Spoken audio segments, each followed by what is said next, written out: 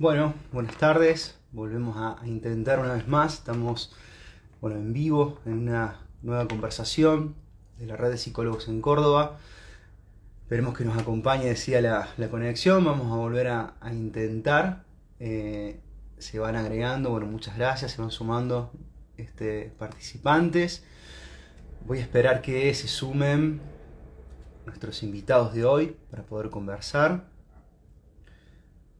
Decía que como ustedes saben, la charla de hoy se trata de alcoholismo, ¿sí? ¿Qué hay detrás de la botella? Hemos elegido titularla y nos van a estar acompañando dos especialistas en el tema, el doctor Jorge Luis Pellegrini, médico psiquiatra,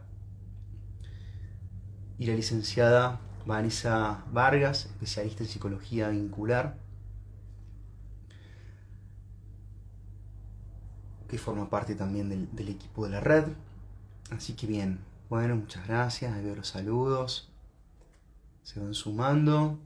Buenísimo, Elisa, gracias. Se ve y se escucha bien, perfecto, gracias por avisarnos. Vamos a esperar a que se sumen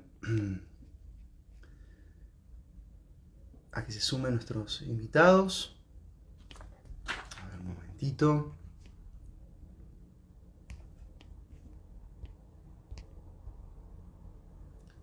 Vamos a esperar. Muy bien. Agradecemos a quienes nos fueron enviando sus preguntas. La verdad que es un tema muy interesante. Hemos podido elegir algunas, otras quedarán pendientes para alguna otra próxima charla. Las hemos agrupado por temática. Así que bien. Vamos a esperar un momentito.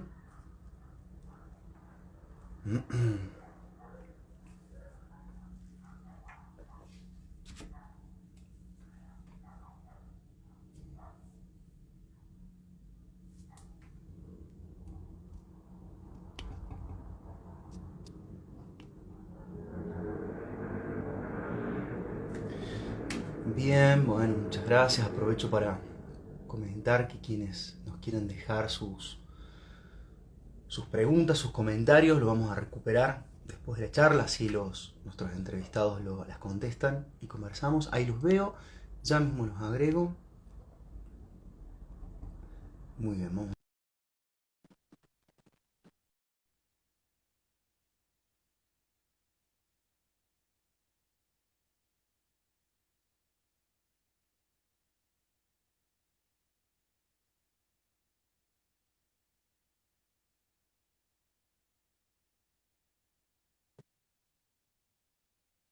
Hola, hola.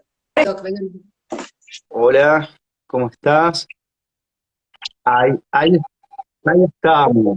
Ahí estamos. Genial. Bueno, se Bueno, pudo. no, sí, esto es así, Estamos las redes, nerviosos. Bueno, internet, un gusto ahora, verlos, así que los saludo nuevamente. Bueno, gracias. Bueno, muchas gracias y un gusto, ¿sí? Estar con ustedes y poder llegar a muchas la gente gracias, a través de Vanessa. ustedes. Hago la Así que bueno. presentación formal, aprovecho, como vamos a empezar de vuelta, para quienes se suman. Decía, ¿Cómo no? lo hemos charlado mucho fuera del aire anteriormente con Vanessa, muy contentos de parte de la red de psicólogos, la propuesta que nos hiciste llegar, Vanessa, de conversar junto a vos y al doctor Jorge Luis Pellegrini, que decía, médico psiquiatra de reconocida trayectoria, ya vamos a estar hablando un poco más, pero un referente en este tema, ¿sí? La charla de hoy, titulada Alcoholismo, ¿qué hay detrás de la botella? Los saludo, Jorge, ¿cómo está? Así ya damos comienzo. Muchas gracias. Muy bien. Bueno, arrancamos. Comentaba que teníamos algunas preguntas que nos habían hecho llegar las personas en estas semanas de difusión. Algunas las hemos ido agrupando, otras, un poco también teníamos nosotros algunas. Primero, para romper el hielo y empezar un poco a charlar, ¿cómo debemos comprender, ¿no? el alcoholismo, ¿no? Como como una enfermedad, digamos, tan compleja, ¿no? A veces hablamos se habla de vicio, ¿no? Eh, ¿Cómo lo definimos? Bien.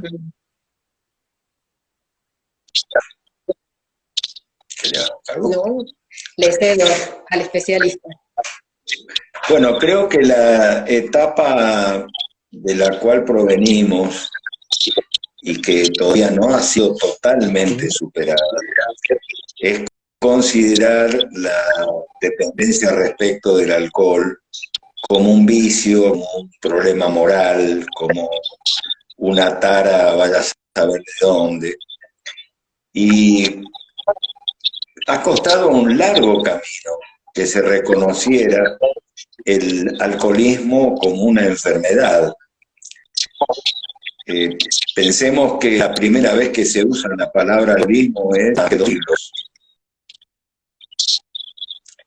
Y se puso el nombre, lo puso el médico nórdico, porque el problema del uso del adictivo del alcohol en su país era ya de proporciones inmensas. Estamos hablando de 1810, 1814. Sin embargo, para que pudiera ser concebido como una enfermedad, tuvieron que pasar 1,5 siglos, donde hubo distintos enfoques, en general de carácter moral, de carácter religioso, pero que no fueron posibles desde ahí dar cuenta del problema sanitario en el cual estábamos. Creo que con el tiempo hemos ido dándonos cuenta que el tema no está en la sustancia, que el tema está en el uso que de la misma hacemos los seres humanos. Acá hay que distinguir 2 cosas, ¿no? El consumo de la enfermedad, porque el consumo de alcohol es un consumo sumamente difundido, no lo voy a venir a descubrir yo. Pero para que haya enfermedad, ¿no? Acá está el consumo, acá está la enfermedad. Es necesario que aparezcan fenómenos de carácter psicosocial que determinan la presencia de la enfermedad. Para que haya enfermedad tiene que haber consumo, pero no todos los consumos son enfermedad. Para que hablemos de la enfermedad y que tiene un nombre, alcoholismo, y un proceso psicosocial que es el proceso de alcoholización, tienen que existir un mecanismo psicológico que a veces cuesta mucho comprender, que es la compulsión. La compulsión es algo que socialmente todavía parece mentira, cuesta entender, que es aquella forma de la voluntad que está más allá de la conciencia. Esto cuesta entenderlo hasta en el encuadre jurídico del problema. Si vos querés, podés dejar de tomar. No, ese es el problema. ¿Cuántas veces los pacientes nos dicen, o dicen en los grupos, mire, yo quiero pero no puedo? Y es cierto, porque hay un proceso de inducir a la bebida que va ganando con el tiempo el psiquismo de los seres humanos. Y se presentan 2 fenómenos que a veces también se olvidan. Uno es el hábito, es decir, mi vida empieza a funcionar con un componente que me permite algunas cosas, como por ejemplo combatir la angustia, la tristeza, la ansiedad. Pero luego aparece lo que se llama acostumbramiento, y esto lo conocen bien los que hacen marketing. Es decir, que yo con la dosis que consumo hoy, ya dentro de un tiempo necesito aumentarla para lograr el mismo efecto. ¿Me explico? Por eso nosotros decimos qué hay detrás de la bebida. Nosotros no nos ocupamos de ser detectives del alcohol. nosotros no estamos oliéndole el aliento a la gente para ver si ha tomado o no tomado. Nosotros lo que pensamos es que hay que correr la botella y ver y trabajar con el sufrimiento humano que la botella trata de taparnos. Entonces, me parece que desde este punto de vista el alcoholismo puede pensarse desde otro lado, desde el lado de no hacer centro en la sustancia, en la botella, y esto es extensivo a todas las adicciones, sino ocuparnos de aquello que realmente permite nuestra operación en el plano de la salud pública, la salud mental, que es los sufrimientos humanos y los sufrimientos no individuales, los sufrimientos familiares y grupales y comunitarios, que hoy por hoy están siendo como tapados, anestesiados, no solo por el alcohol, también por otras sustancias. No sé si he logrado transmitirte una respuesta. Sí, me parece, bueno, varias cosas, ¿no? Que escucho, ¿no?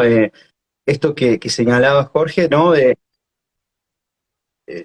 Como si fuera un parche, ¿no? Un mal parche, ¿no? No es la botella o el alcohol, ¿no? Sino la función que viene a ocupar.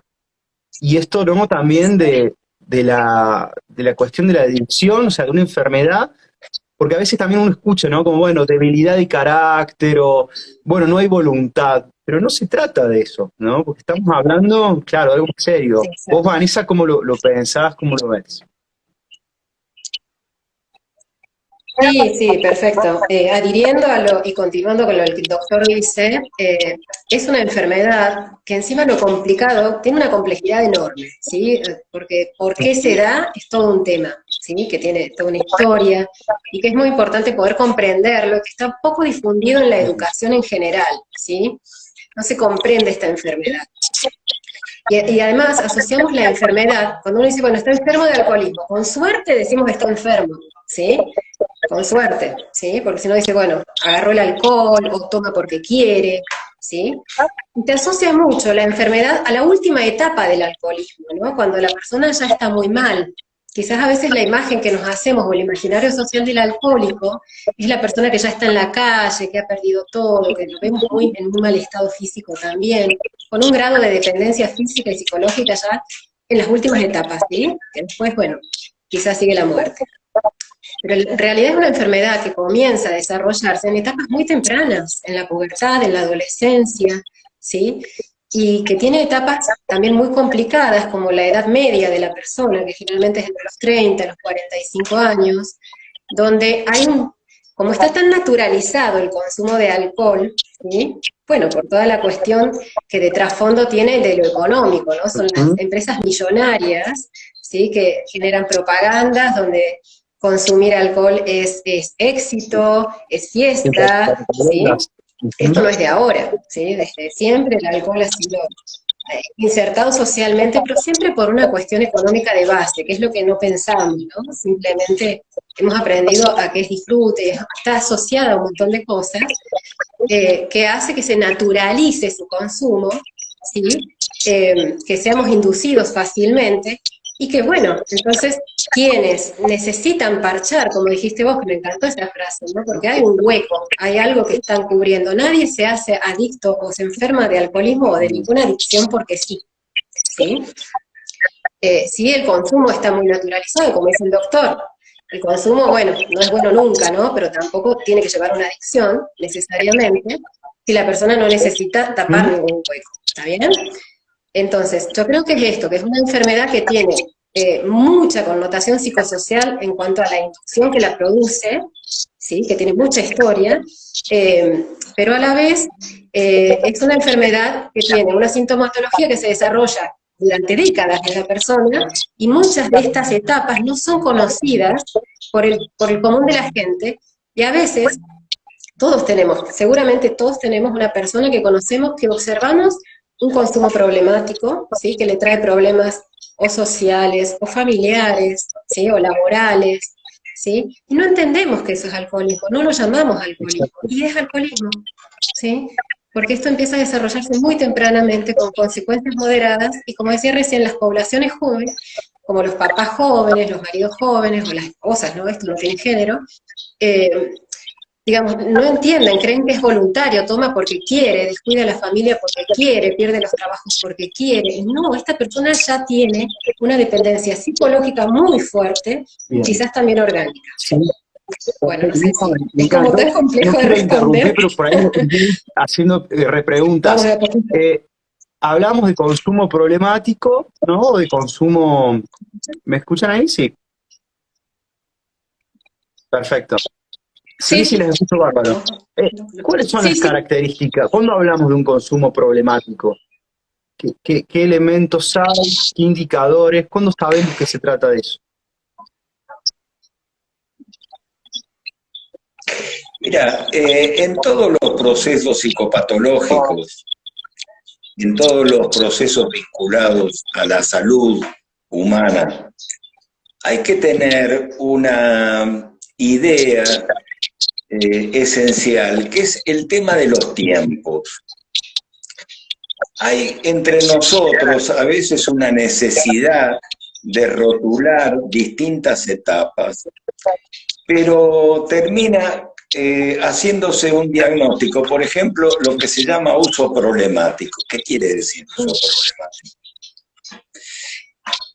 Es probable que una persona que recién comienza lo que se llama la carrera alcohólica, si vos lo tomás en el momento de partida, los efectos, los deterioros, los problemas tienen un tono y un volumen que, continuada esa carrera alcohólica en el tiempo, se multiplican. Por lo tanto, digamos, hablar de uso problemático es entrar en una calificación muy difícil y es como además transmitir una idea que el alcohol, si no es problema, podés darle. Sí, hoy.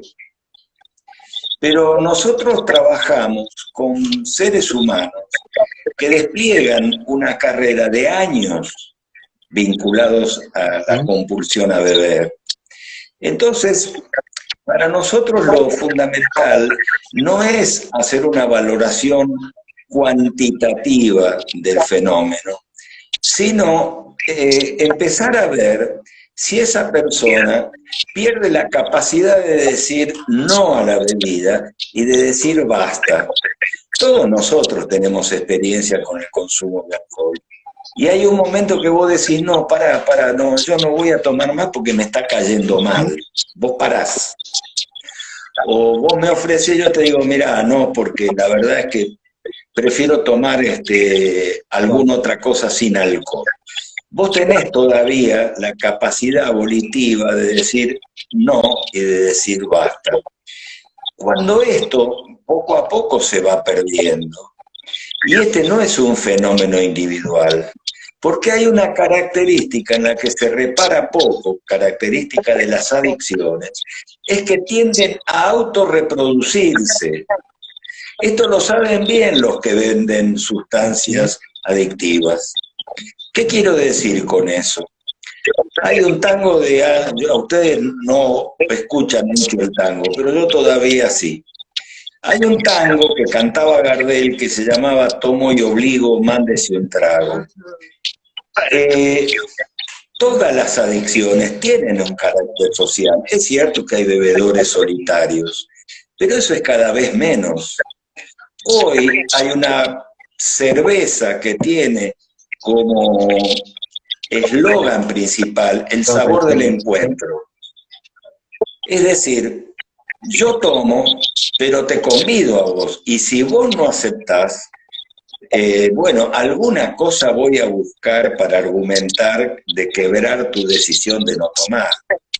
Entonces las adicciones tienden a autorreproducirse. ¿Quién las reproduce? El propio adicto, el propio dependiente. Yo uso más la noción de dependencia. ¿Qué tema, ¿no? En esto de las adicciones, la cuestión de la legalidad, ¿no? Porque como bien decían, bueno, cervezas, a ver, publicidades, ¿cuántas otras drogas o bueno, el mismo alcohol, ¿no? O el tabaco, ¿no? Legalizados y de fácil acceso, de difusión, ¿no? También cómo esa cuestión se legitima, ¿no? Por otro lado, pensando, digo, por ejemplo, en los adolescentes, en los más jóvenes. Ujú. Ujú.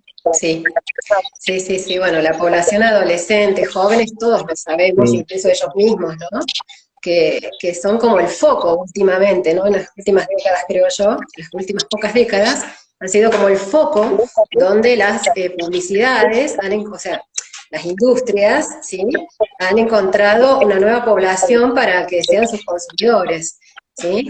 Y obviamente que todo esto está muy estratégicamente inducido, ¿no? Nunca les dicen, tomá que te vas a enfermar o tomá que podés tener un accidente, ¿no? Ustedes ven las publicidades, yo que tengo fotos con las que trabajo con los chicos en los talleres, bueno, de todas las empresas que ya saben, y siempre hay fiesta, pileta, bueno, autos descapotables, lo que se les ocurra, ¿no? Y bueno, y los chicos mismos, más allá de las publicidades, de todo ya un mensaje social que han adquirido de que, bueno, ¿qué les brinda a los adolescentes hoy? Encima encaja justo con la etapa evolutiva que ellos viven.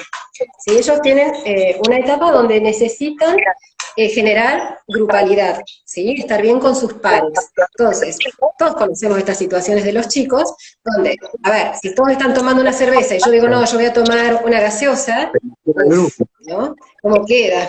¿No? Entonces hay una cuestión de que me ayuda a pertenecer a un grupo, me ayuda a desinhibirme, ¿sí?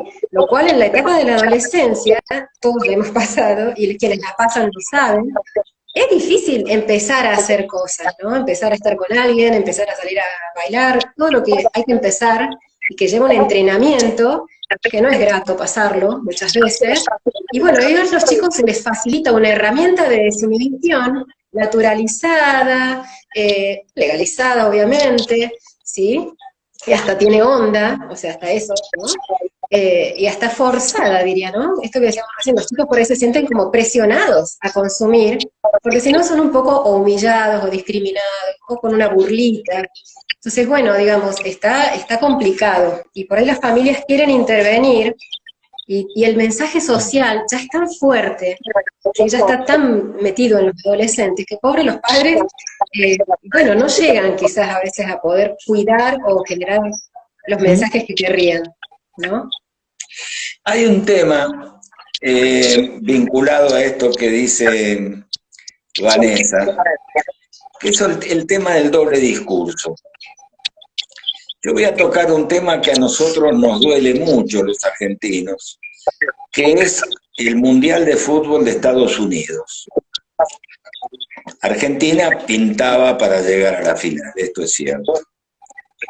Se descubre, nadie sabía nada, se descubre que uno de los jugadores argentinos, el número 10, casualmente consumía, cosa que es el colmo de la hipocresía que hay en el mundo, porque esto era una cosa que se sabía antes, durante y después. Entonces, por consumir sustancias, lo suspenden, con lo cual, obviamente, se resuelve la final del Mundial, donde hay fortunas de por medio. Es decir, que el consumo de una sustancia deja fuera del Mundial al mejor jugador que tenía ese Mundial. Ahora, ¿quién era el sponsor de ese Mundial? No de un equipo, de todo el Mundial. La cerveza Budweiser. Entonces te mostraban a Maradona fuera del Mundial con la propaganda de Budweiser, con spots de Budweiser. ¿Cómo? Hay sustancias que se puede y hay sustancias que no se puede, o hay sustancias que convienen y hay sustancias que no convienen. Entonces, esto está ligado a este tema de la legalización que vos planteaste recién, que en realidad si uno parte de concebir las adicciones desde este enfoque que estamos haciendo, las tres principales adicciones en Argentina y en el mundo son el alcohol, el tabaco y los psicofármacos. Los tres. Ahora, los tres son legales. Entonces, ¿qué vamos a discutir? ¿La legalidad o la ilegalidad? Esa es una discusión mentirosa, Porque si estamos frente a un problema de la salud pública, que lo es, ¿se resuelve prohibiendo o se resuelve asistiendo, previniendo y rehabilitando? Me gustaría dar un dato sobre esto, que es el siguiente. En la Argentina mueren por día 10 personas por cáncer de pulmón. De esas 10 personas que por cáncer de pulmón debido a la nicotina del tabaco, hay una, el 10%, que jamás fumó. ¿Cómo jamás fumó y tiene cáncer de pulmón por nicotina? Sí, porque trabaja o vive en una casa, en un ámbito donde todos fuman. Entonces, esto te da la noción del carácter psicosocial de los problemas adictivos. Eso que se llama fumador pasivo se muere igual que el fumador activo. Entonces, esto es necesario tomarlo en cuenta, porque si no, nosotros nos pasamos ocupándonos de la sustancia, no a la droga. Llevamos 35 años de campañas de no a la droga, y yo quisiera saber cuáles son los resultados. Todos sabemos que los resultados son 0 o menos 100. Y mientras tanto, nosotros no tenemos desplegados planes de asistencia nacionales, provinciales, de asistencia a los alcohólicos, de asistencia a los adictos, que se apilan en las guardias. Entonces, mientras a nosotros nos sigan entreteniendo con la sustancia y que discutimos si es legal, si es ilegal, si es importada, si es nacional, los adictos siguen con su sufrimiento, que las sustancias no tapan. No tapan. Y que es un modo también, me parece, ¿no? En esto de culpar o de apuntar a la sustancia, ¿no? De individualizar y culpabilizar al sujeto, digo, porque si tiene que ver con una cuestión de políticas públicas, digamos, ¿no? De social, bueno, es mucho más complejo que esa persona que consume, ¿no? Entonces digo, bueno, ¿qué otras variables no entran ahí, están en juego?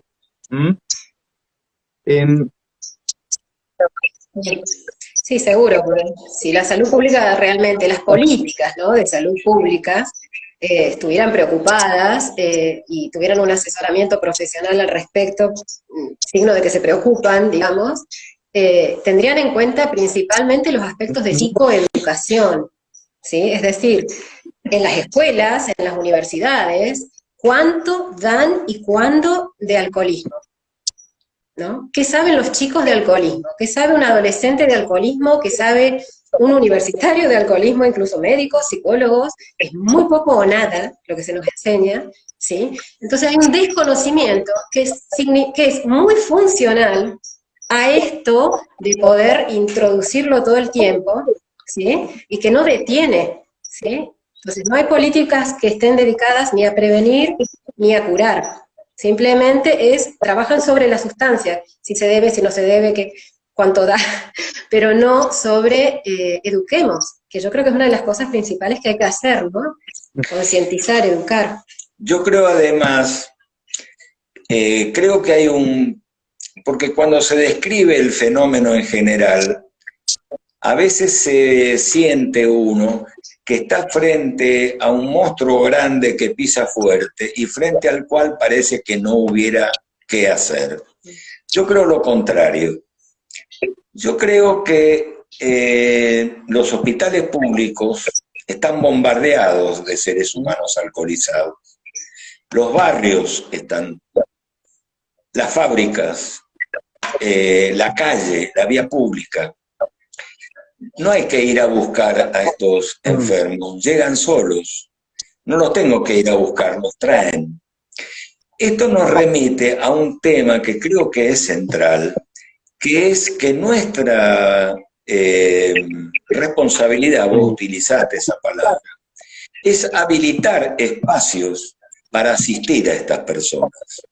Si no sabemos de alcoholismo, podemos aprender. No es un pecado no saber, el pecado sería no querer aprender. Esta es una cuestión. La otra cuestión es que, ya yendo al plano concreto de la asistencia, que es posible y que es necesaria, las experiencias de asistencia individual de pacientes alcoholizados son muy malas, porque en general tienden a pensar el problema como el problema del que tengo enfrente, pero hay que vivir con un adicto en la casa. Es una situación muy complicada, de mucho sufrimiento. Entonces hay afectados directos, pero también hay afectados familiares, que son ese cónyuge o esa mujer que está cansada ya, no sabe qué hacer. Lo mismo es válido para el esposo. Pero los hijos, ¿cuántas veces pega la niña o la señorita o la niña un portazo y se va porque está harta de esa situación? O el muchacho, el hijo, que no se banca la vergüenza del barrio y se va. Entonces, todas las adicciones, y hay que entenderlo muy firmemente, son un ataque a una estructura que nosotros conocemos en salud mental, esencial para poder desarrollarse, madurar, tener un sistema de apoyos y de desapoyos, que es la estructura familiar. Por lo tanto, para trabajar con seres humanos alcohólicos, hay que trabajar con el grupo familiar y hay que trabajar con la comunidad. Por eso la asistencia preferencial es asistencia grupal. En una estructura grupal, todos son pacientes y necesitan coordinadores que sepan coordinar, no que sean maestros, pero que sepan. Y lo que no saben de alcoholismo lo van a ir aprendiendo de los pacientes. Hay una dimensión de sufrimiento en los grupos familiares y en los barrios que a veces nosotros no percibimos suficientemente.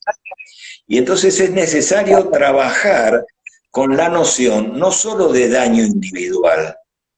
Todos los alcohólicos, los adictos tienen un daño individual. Ojo, un daño orgánico también, no hay que olvidar. Las neumonías, la cirrosis, los tumores de pulmón, las enfermedades neurológicas, no hay que olvidarlas, porque eso también genera sufrimiento.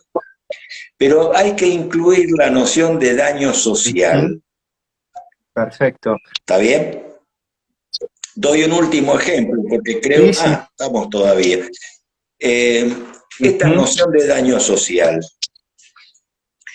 Quizá uno va en un colectivo de larga distancia, por decir, y uno es un cuáquero que jamás probó una gota de alcohol, ¿no? Pero uno ignora que el que conduce el colectivo, que trabaja horas en exceso, porque si no, no llega a fin de mes, que trabaja en una situación donde manejar de noche en las rutas suma un estrés impresionante, y nosotros no sabemos que esa persona poco a poco ha ido habituándose al consumo de sustancias que lo mantienen despierto. Y tenemos un accidente, y yo que nunca probé ninguna sustancia, soy una víctima de las sustancias que consumen otros. ¿Me explico? Entonces, esta dimensión de problema nos lleva a nosotros a mirar no solo el afectado directo, sino a todos los que giran alrededor de la botella. Corremos la botella y vemos a todos los que giran. Habilitar espacios, aceptando a los adictos tal cual como son, no como nosotros queremos que sean. Porque el único lugar donde los aceptan como son es en los boliches, para agravarles el problema. Si nosotros le decimos, mira, acá si querés que te atienda, no consumís nada, venís peinado, venís con una camisita almidonada. No, mira, para eso mejor dejemos el hospital o dejemos la asistencia. Y una última cosa, tengamos cuidado en lo que decimos, porque yo escucho mucho, y vos también lo has escuchado, frases como esta: si vos seguís tomando, vas a ir al cementerio o al manicomio. Pero chocolate por la noticia, doctor, si eso es lo que yo quiero. ¿Ustedes creen que hay algún alcohólico que no sabe que su proyecto no es de vida, sino de muerte? O, che, ¿por qué no probás dejar? Y porque no puedo, doctor, por eso lo vengo a ver. Sí, ¿Me explico? sí. Pacientes que con el pulmotor prácticamente, con el tubo de oxígeno y no pueden dejar de fumar, por ejemplo. Y evidentemente, Claro. exacto, no va por la voluntad. El concepto de dependencia. Recién mencionaba, El exacto, concepto de dependencia. recién mencionaba, Jorge, el tema de los grupos terapéuticos. ¿Qué abordajes, no, se pueden desde pensando, ¿no, Vanessa, de una cuestión más sistémica, vincular? ¿Cómo se puede trabajar? Bueno, los grupos terapéuticos GIA, ¿sí?, que el doctor creó hace varios años ya, y que estuvieron y están distribuidos a nivel nacional dentro de la salud pública, tiene toda una argumentación que el doctor puede explicar Me muy encantaría. bien si desean. Ellos Nos tienen encantaría. tienen un abordaje sistémico. Bueno, entonces ahora lo hace el doc. Pero es esto, es lo que decía el doctor recién. No podemos comprender el alcoholismo y tratarlo desde el individuo, porque el individuo es parte de una familia, la familia también lo sufre, lo refuerza, lo vive, ¿sí? Es sistémico, ¿sí? Si tomamos al alcohólico solo y la familia no, como pasa cuando internan a alguien, ¿vieron esto de las internaciones? Lo internamos por 1 mes, 2 meses hasta que se recupere. Ok, en una burbuja lo mantenemos, se recupera, y después vuelve a la misma familia que también está enferma. Eso es lo que no entendemos a veces. Entonces, ¿qué pasa? Encontramos el mismo daño psicológico que no se recuperó en esa familia. Entonces es muy probable que vuelva a recaer. Por eso es importante que los tratamientos sean sistémicos. ¿Vamos a trabajar con el alcohólico? Bueno, con su familia también. Es más, a los grupos terapéuticos GIA, que ahora el doctor va a hablar de ellos, como una alternativa muy, muy positiva, a veces no va el paciente, porque está negado, ¿sí?, porque su grado de dependencia lo ciega y no quiere asistencia, y nada es obligatorio en esto porque es abierto, y va la familia, que ya no da más y que sufre porque le duele, ¿sí? Entonces va la mujer, o va el esposo, o van los hijos al grupo terapéutico. Y allí ellos empiezan a comprender la enfermedad y a tomar herramientas ellos para sanarse a sí mismos y poder recuperar a ese ser querido, comprendiéndolo y trabajando con él, ¿sí? Entonces les cedo al doctor. Hay una cosa que cambia mucho la calidad del problema. Esto nosotros lo aprendimos en la década del 90, cuando la sociedad argentina mundial fue azotada por la epidemia del HIV. Aprendimos muchas cosas, ¿no?, dolorosamente, como ahora con la pandemia otra vez. Que la primera cuestión que hay que resolver es un lugar al cual se pueda concurrir para ser asistido. ¿Cuál era el drama de los pacientes con HIV? Que nadie los quería ver. Eran enfermos malditos. ¿Cuánto nos costó? Pero ¿cuántos muertos en condiciones espantosas costó esto? La pandemia volvió a mostrarlo. Es decir, que cuando uno está inundado por una situación de dolor humano, lo primero que busca es un lugar donde lo asistan, donde lo contengan, donde lo acompañen. Este es el primer paso que hay que dar. Y el grupo es un grupo que se propone eso en la medida en que las personas que lo componen padecen la misma situación, casas más, casas menos. Entonces, esta es la primera cuestión que un grupo da. Un grupo contiene a pacientes que han perdido la contención. Un grupo acepta a quienes han sido rechazados de todos lados. Un grupo habilita un espacio para alguien que perdió los espacios y ya casi vive en la calle. Entonces, nosotros a veces no apreciamos, porque estamos muy profesionalizados por nuestra profesión, por nuestra formación universitaria. A veces no valoramos el factor acompañamiento. Ahora hay una carrera de acompañamiento terapéutico, pero no valoramos lo que implica un grupo como sostén del psiquismo, no como prótesis, no es una muleta, no. Es un grupo que va sosteniendo y que en principio lo que hace es rescatar las historias de vida de cada uno de los que están ahí. Cada uno habla como puede, si es que puede hablar. Si no puede hablar, está y algo escucha, algo ve. Escucha otros lenguajes, ve los temblores, ve la impaciencia, ve los climas, palpa los climas que hay en un grupo. La gente no solo habla con palabras, habla con gestos, con actitudes, con conductas, con climas. Vos entrás a una casa y enseguida te das cuenta que hay miedo ahí o que hay alegría. Entonces, esta condición humana es la condición que tiñe a los grupos terapéuticos y nosotros tenemos que saber valorar esta cuestión. Si nosotros podemos ponernos en el cuero del tipo al que patearon en el barrio, en la familia, en el trabajo, y de repente se le habilita un espacio donde no lo patean, ¿vos crees que no se da cuenta? Claro que se da cuenta. Si en lugar de tenerlo parado en la vereda, el tipo tiene una silla, una mesa, y puede tomar agua si necesita, y lo hacen sentar, y si no tiene ganas de hablar, no habla, pero escucha, pero ve, pero huele, pero la piel le vibra, ya está. Ese es el primer paso. Entonces, en un grupo hay quienes tienen un proceso, otros tienen otro proceso.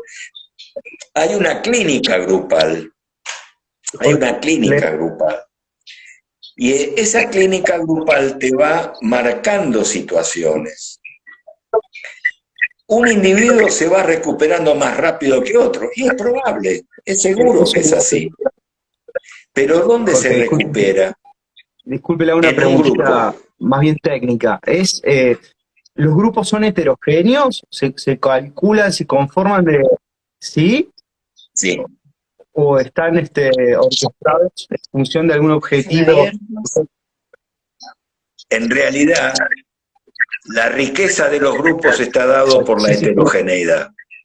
A nosotros nos acostumbran en la formación universitaria a que todos tienen que ser homogéneos para que no se nos escape el control. Pero lo que da riqueza a los grupos, a estos grupos terapéuticos, es la heterogeneidad. Hay jóvenes y hay viejos, hay mujeres y hay hombres, hay solteros y hay casados, hay tipos que tienen trabajo y hay tipos que están desocupados, hay tipos que están muy baldados y hay otros que todavía orgánicamente responden. Esa heterogeneidad es la que da un elemento central de los grupos, que es una noción tomada de Pichon-Rivière, que es que en los grupos se aprende, pero no a estilo maestro Ciruela, que yo te doy la lección para la prueba escrita. Se aprende en el sentido de que hay un proceso vivencial que permite después comprender. El aprendizaje se hace a partir de la propia vivencia. Algo de lo que a vos te pasó, me parece que me pasó a mí también. Pero yo escucho lo que vos hiciste y te fue mal. Y entonces me parece que yo voy a tener una luz roja dentro. A lo mejor insisto, porque chocamos 2 veces con la misma piedra. Pero ya no es lo mismo. Ya hay palabras para poder denominar los hechos, que se pueda poner en palabras ojo, y también en acción, porque trabajamos mucho con las técnicas de movilización, todo el psicodrama, para nosotros es espectacular, porque al poner en acción los conflictos, todos vemos y todos participamos y todos podemos crear técnicas correctivas. Ujú. Son grupos abiertos, ¿sí? Es decir, en cualquier encuentro, que son 1 o 2 veces semanales, ¿sí? Puede llegar a alguien que uno no espera. Llegó con el primo, llegó con el vecino, llegó un paciente nuevo, ¿sí? Son totalmente dinámicos en ese sentido, no son cerrados ni con tiempo, ¿sí? Un paciente puede dejar de venir, se le hace domicilio, ¿sí? O viene alguien de la familia, como decía recién, es totalmente dinámico en ese sentido, ¿sí? Una cosa más, son grupos que de entrada, desde el comienzo, dejan muy clarito que hay referentes claros. ¿Qué quiere decir referentes claros? Nos juntamos aquí los lunes, miércoles y viernes, de 9 En un a cuadro. 10 de la mañana. Y el que coordina ese grupo es fulano de tal. Y eso no se mueve porque es el El setting, encuadre. es el, bien digo, el setting, que te permite tener un espacio ordenador, porque vos trabajás con gente que viene inundada por la confusión. Entonces, si vos no tenés referentes claros, vos terminás abonando lo que querés combatir. ¿Me explico? Entonces, esto también implica una responsabilidad muy grande para los coordinadores. No es que reúnen a las 10 o a las 11 o a las 12, no, no, mira, es a las 10. Y no es hoy acá, mañana, no, no, es acá. ¿Por qué? Por lo que dijo recién Vanessa, porque una persona no puede vivir en un hospital. El hospital es un lindo lugar para pasar por él, pero no para vivir. Entonces el sujeto viene y se va a trabajar ahí en Córdoba, se va a Unquillo. Y el tipo está en Unquillo y tiene en su cabeza que hoy a esta hora la gente está reunida. De modo que si en determinado momento él entra en crisis, cosa que no me preocupa, a él sí, por supuesto, pero él sabe que tiene referentes claros y que si no puede llegar, alguien lo va a llevar. Igual. Los grupos están coordinados por profesionales de la salud, ¿sí? Interdisciplinarios, psicólogos y médicos, a veces trabajadores sociales, psicodramatistas, ¿sí? Y también un paciente recuperado, Ajá. generalmente. Pensaba, bueno, recién, Ujú. Sí, y se llevan a cabo en claro, instituciones eso te iba a públicas, preguntar también, ¿no? En instituciones públicas, digo, mencionaba recién Jorge, bueno, Pichón, pienso también, bueno, en esto del, bueno, del ECRO, pero también una cuestión de andamiaje, ¿no? Del par, de una especie, ahora que vos lo traías, Vanessa, ¿no? De alguien recuperado, digo, también como desde el testimonio, desde una horizontalidad, digamos, ¿no? También qué interesante un grupo no en ese sentido directivo, punitivo, ¿no? Sino más desde la experiencia, desde otra vivencia. ¿Mm? Te digo, Mauro, que es como, es muy humanista toda la vivencia de las sesiones grupales, ¿no?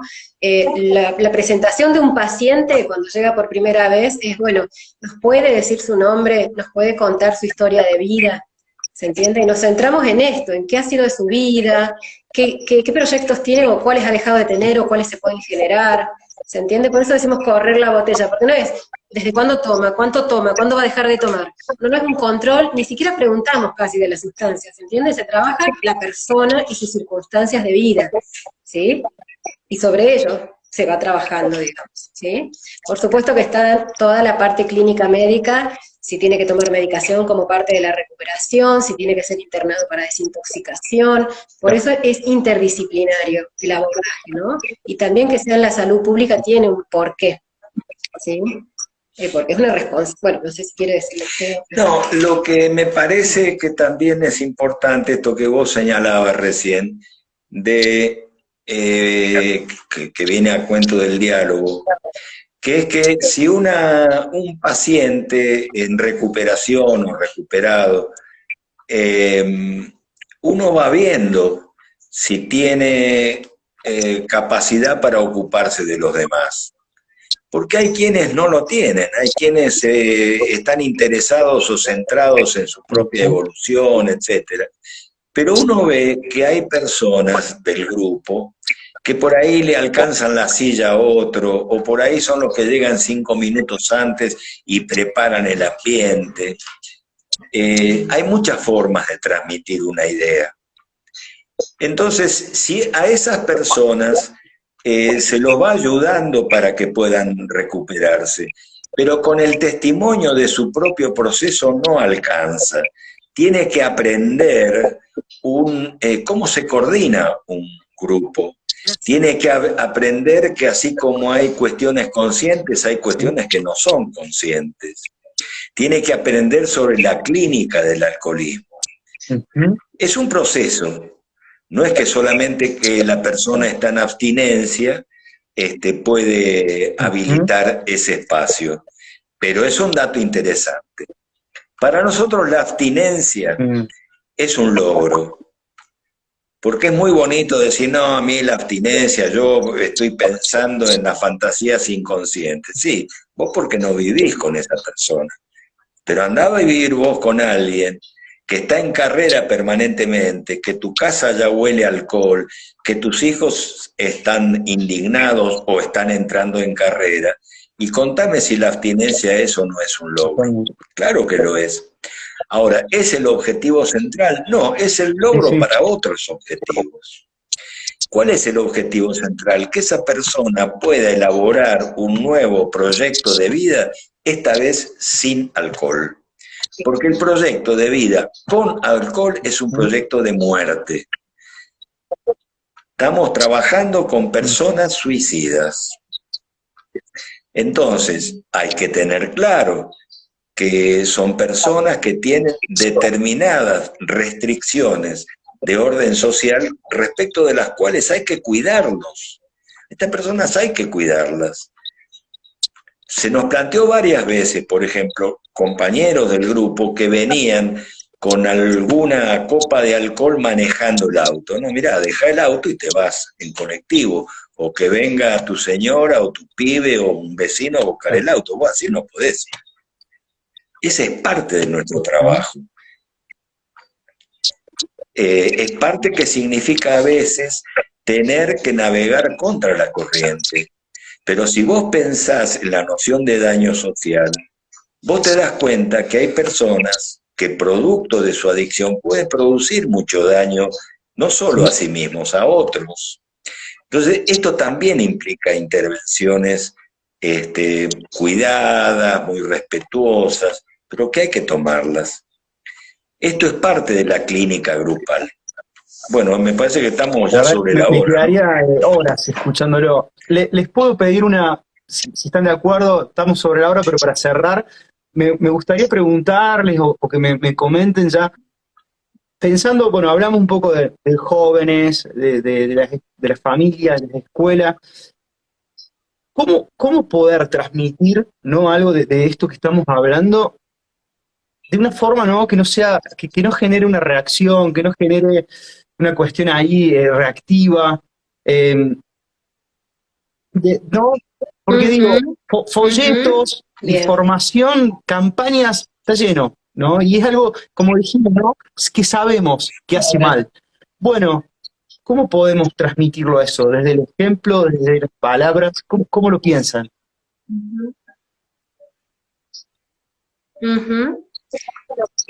Bueno, yo pensando en los chicos y en las familias, para mí, primero, bueno, los adultos tenemos que tratar de informarnos en la complejidad que esto tiene, ¿no? Como decíamos recién, corrernos de que el alcohol es bueno o malo, las drogas son buenas o malas, depende del uso, y ver que les enseñemos desde chiquitos a los chicos a poder ver esta complejidad de por qué se consume. Las inducciones, los dolores personales, ¿se entiende? Ver la complejidad de lo que hay atrás, que no veamos nada más la sustancia y las consecuencias. ¿sí? Porque creo que apuntan a eso principalmente, ¿no? No tomes porque hay accidentes, no tomes, no te drogues porque... Entonces, sustancia más consecuencia negativa. Y nos olvidamos de ver lo importantísimo que es todo por qué se consume, ¿sí? ¿Por qué hay drogas y están al uso, a disposición de las personas? ¿Por qué se hace socialmente este uso tan naturalizado y dañino? Si a los chicos les enseñamos desde chiquito a ver la complejidad de fondo, ya no se van a tragar y no van a adherir tan pasivamente, ¿sí? A esto vamos a ir haciendo un contrapeso, me parece, ¿no? Porque es de lo que no se habla, ¿sí? De por qué, de cuáles son las causas de fondo. Desde los niños a los adolescentes, bueno, ya llegamos un poco tarde, porque ellos ya no quieren escucharnos mucho, ¿no? Están en una etapa donde quieren pensar por sí mismos, es su etapa evolutiva. Entonces, en ese momento hay que ayudarlos a través de, bueno, a ver, mira, esta propaganda, ¿qué está diciendo? ¿Sí? En esta película, ¿qué observamos? O sea, ayudarlos a pensar la complejidad y ellos mismos van a llegar a conclusiones que los van a hacer cambiar mi punto de vista. Es re difícil, ¿sí? Porque estamos yendo contra un mensaje social súper fuerte, ya instalado. Pero bueno, son granitos de arena que si vamos poniendo desde chiquitos, generan sujetos más pensantes, más conscientes y también más electivos. ¿Sí? Eso sería un punto. Después, bueno, talleres de prevención en las escuelas, talleres desde la salud pública. Eso es lo que yo creo que son herramientas que no se usan prácticamente. A mí me parece que hay que instalar en nuestra cabeza, de este problema se habla, no se oculta.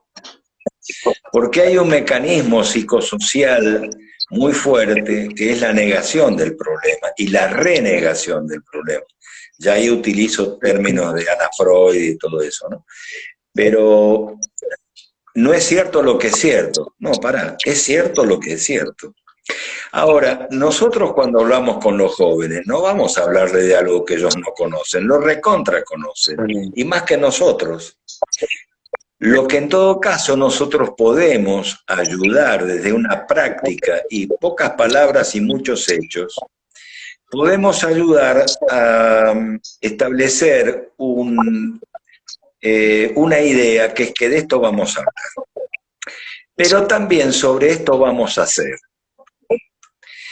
Hay experiencias en el mundo, bueno, nosotros también la hemos hecho, de instalar otro tipo de actividades con los jóvenes de carácter vocacional, musical, deportiva, social, que vaya mostrando que hay otras formas de utilización del tiempo libre. Pero eso hay que hacerlo, no hay que decirlo. Si pensamos en el fútbol, no hablemos sobre el fútbol, hagamos el equipo.